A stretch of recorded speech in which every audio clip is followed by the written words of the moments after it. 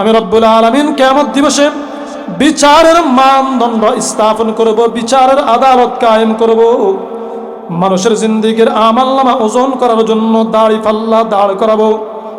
ওয়ানাদাউল মাওয়াজিনাল কিসত লিয়াউমিল কিয়ামা, দুনিয়ার আদালতে হাকিমরা আসামির বিপক্ষে আসামির প্রতি জুলুম করে, ক্ষমতার বাহাদুরিতে, টাকার বাহাদুরিতে ন্যায়কে অন্যায় বলে রায় দিয়ে দেয়, অন্যায়কে ন্যায় বলে রায় দিয়ে দেয়। রব্বুল আলামিন বলেন, ফালা তুযলামু নাফসুন শাইআ, আমার আদালতে কারো প্রতি বিন্দু পরিমাণ জুলুম করা হবে না। যে পুরস্কার পাওয়ার তাকে পুরস্কার দেওয়া হবে, যে শাস্তি পাওয়ার তাকে শাস্তি দেওয়া হবে, বিন্দু পরিমাণ কম বেশ করা হবে না। ফালা তুযলামু নাফসুন শাইআ ওয়া ইন কানা মিসকালা হাববাতিন মিন খারদালিন আতাইনা বিহা। ওই যে মানুষগুলো বলছিল, আল্লাহ 40 বছরের হিসাব তো আমাদের কাছে নাই, 50 বছরের হিসাব তো আমাদের কাছে নাই, 60 বছরের 70 বছরের হিসাব তো রেকর্ড তো আমাদের কাছে নাই। রব্বুল আলামিন বলেন, ওয়া ইন কানা মিসকালা হাববাতিন মিন খারদালিন আতাইনা বিহা।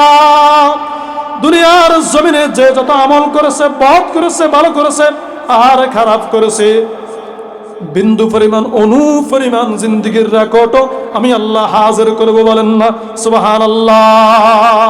ও আল্লাহ, ফজরের পর থেকে আসর পর্যন্ত যদি জিন্দেগির হিসাব চাই, মাত্র 5 ঘন্টা 7 ঘন্টার হিসাব চাই, তো হিসাবের মধ্যে বেশ কম হয়ে যায়।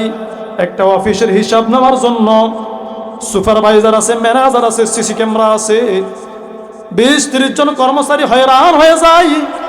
এরপরেও 10 জন 20 জন কর্মচারীর হিসাব একদিনের হিসাবে সংরক্ষণ করতে পারো না।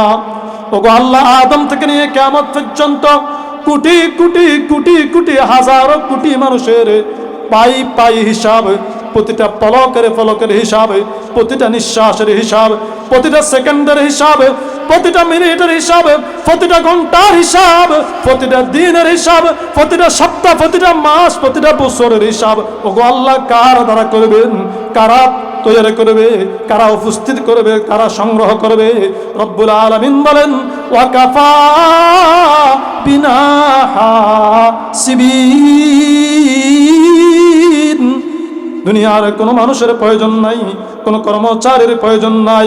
আদম থেকে নিয়ে কিয়ামত পর্যন্ত প্রতিটা মানুষের পরিপূর্ণ জিন্দেগির হিসাব উপস্থিত করতে আমি আল্লাহ একাই যথেষ্ট। বলেন না সুবহানাল্লাহ। সমস্ত আমলনামা হাজির করবে, মানুষের সামনে পেশ করবে, মানুষের সামনে পেশ করবে।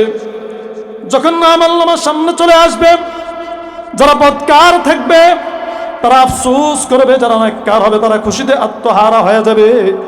যে সমস্ত মানুষগুলো বদকার ছিল, খারাপ ছিল, তারা বলবে, ওয়াকালু ইয়া ওয়াইলাতানা মালি হাদাল কিতাব। ওয়াকালু ইয়া ওয়াইলাতানা, তারা বলবে, হায় আমাদের দুর্ভোগ, হায় আমাদের ধ্বংস। মালি হাদাল কিতাব, এটা এমন কি আশ্চর্য রেকর্ড যন্ত্র, এটা এমন কি আশ্চর্য সিসি ক্যামেরা।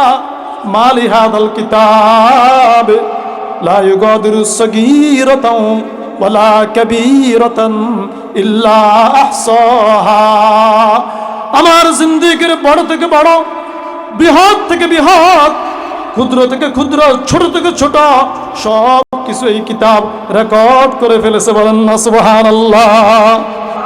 যারা পাপাচারী ছিল, অন্যায়কারী ছিল, বদকার ছিল, তাহাজ্জুদ ভয়ে আশ্চর্য বলবে, আল্লাহ, রাতের গভীরে যখন পৃথিবীর সমস্ত মানুষ ঘুমায়া গেছে, দুনিয়ার কোনো মানুষ দেখে নাই, দরজা বন্ধ করলাম, জানালা বন্ধ করলাম, অন্ধকার কামরার মধ্যে লাইট বন্ধ করিয়ে গুনাহ করলাম, পৃথিবীর কোনো আলো বাতাসও দেখা নাই। ওগো আল্লাহ, এটা এমন কি রেকর্ড যন্ত্র, সেই রাতের গভীরের অন্ধকারের গোপনের অপকর্ম এই নামায় আমল রেকর্ড করে ফেলেছে। আল্লাহু আকবার।